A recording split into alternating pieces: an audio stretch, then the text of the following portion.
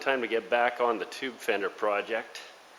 I've been busy, sick, away, had family in town, so it's been like a long time since I've worked on this. So I think the plan now is to template things out.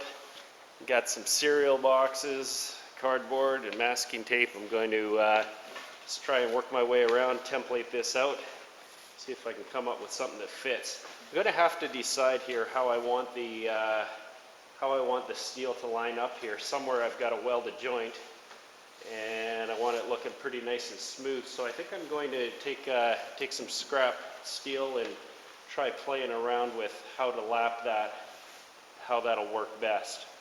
Anyway, let's get to work. So here's my little test setup here. Just welded on 2 pieces.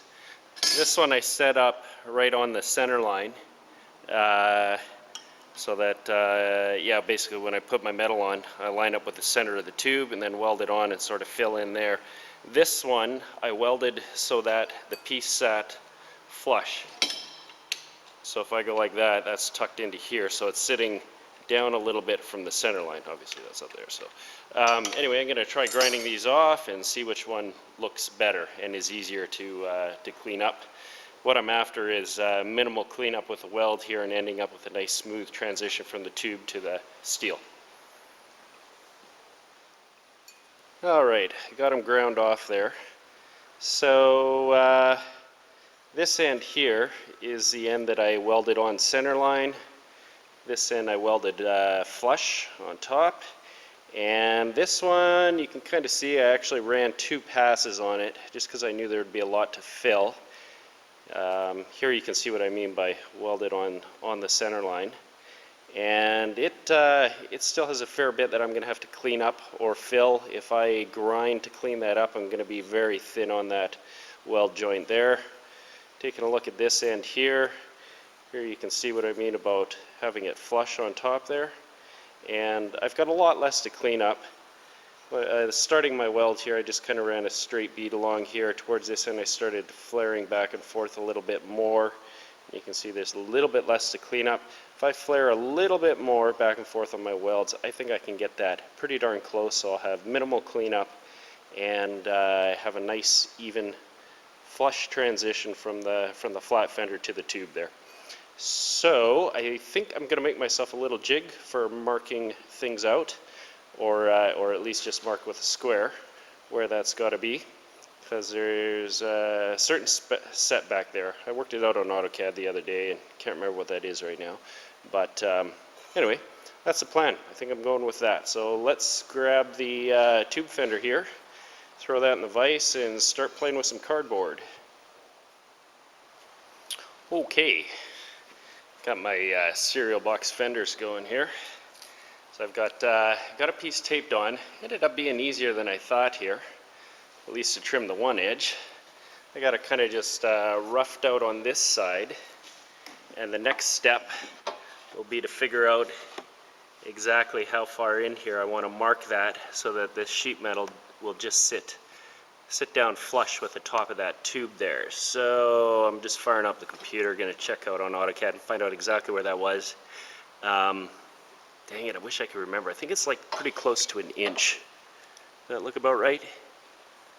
Yeah, it's somewhere around there. Anyway, I'll get that figured out and then just mark this off with a marker, just following along like that, and that'll give me my template. Okay, got the first lines done here. So pretty simple. Works out to 1 1/16 in order to get it so it sits flush on top. And I went just a hair bit less than that, maybe 1/10 or something like that, just so that my metal sticks up a little bit proud, so I got a little bit to grind off there. Give me a little bit of extra forgiveness. So pretty easy, just marker following the tape line there till you get to the corner here. Following around the corner isn't too bad, but then you got to start lifting up the level here and try and guess where exactly, I guess that would be exactly tangent would be following along here. So anyway, I tried to run it a little bit long. I can always trim off the metal if I find I have a little too much, but a little harder to put her back. Okay, so let's get the next piece of cardboard on there, finish off the tail, and see if we can get that transferred to some metal. Maybe. Alright, got her all trimmed out. So that's it. It's starting to take shape. You get a bit of a feel for how it's going to look. I think I'm going to be happy with that. So now we'll peel this off, transfer it over onto the steel, template it out, and maybe even burn out a piece here. Alright, here we go. Got my templates all cut out. Looking good. As you can see, it ended up being remarkably close to symmetrical. Like really, really close. If I line this up here. Yeah. So we're at what, like 1/8 of an inch there? A little bit more on this side here. See, you got a little bit more curve to the one. How's it look on this side? Actually, really, really surprised at how close this actually ended up being. Wow. Huh. I'm impressed. Very cool.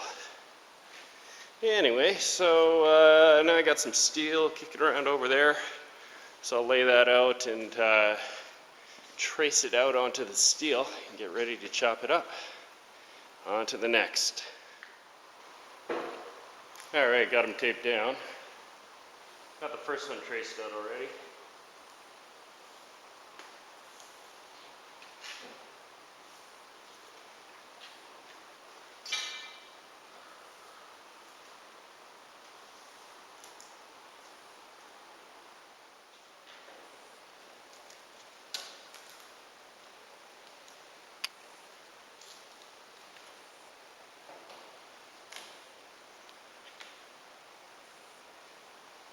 I think that's got her.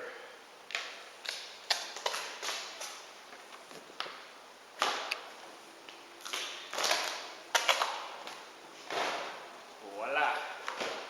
2 fenders.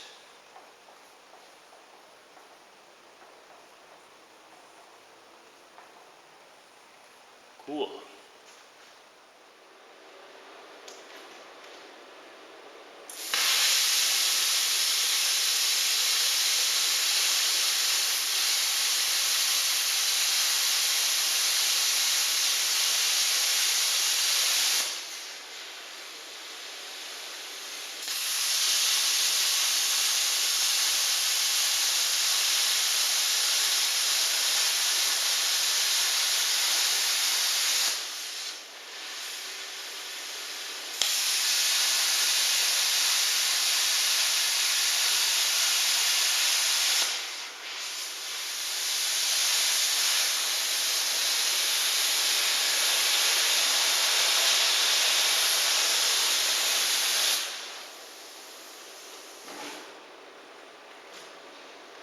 Guess you shouldn't try burning the wood.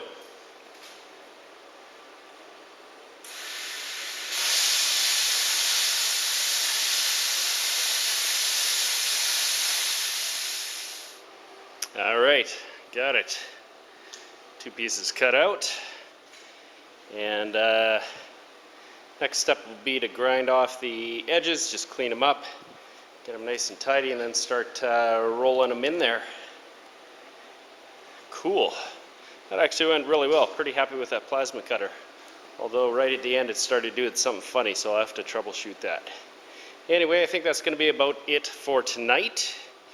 And I'll resume maybe sometime this week. I'll take an evening and get to work on these. We'll catch you later.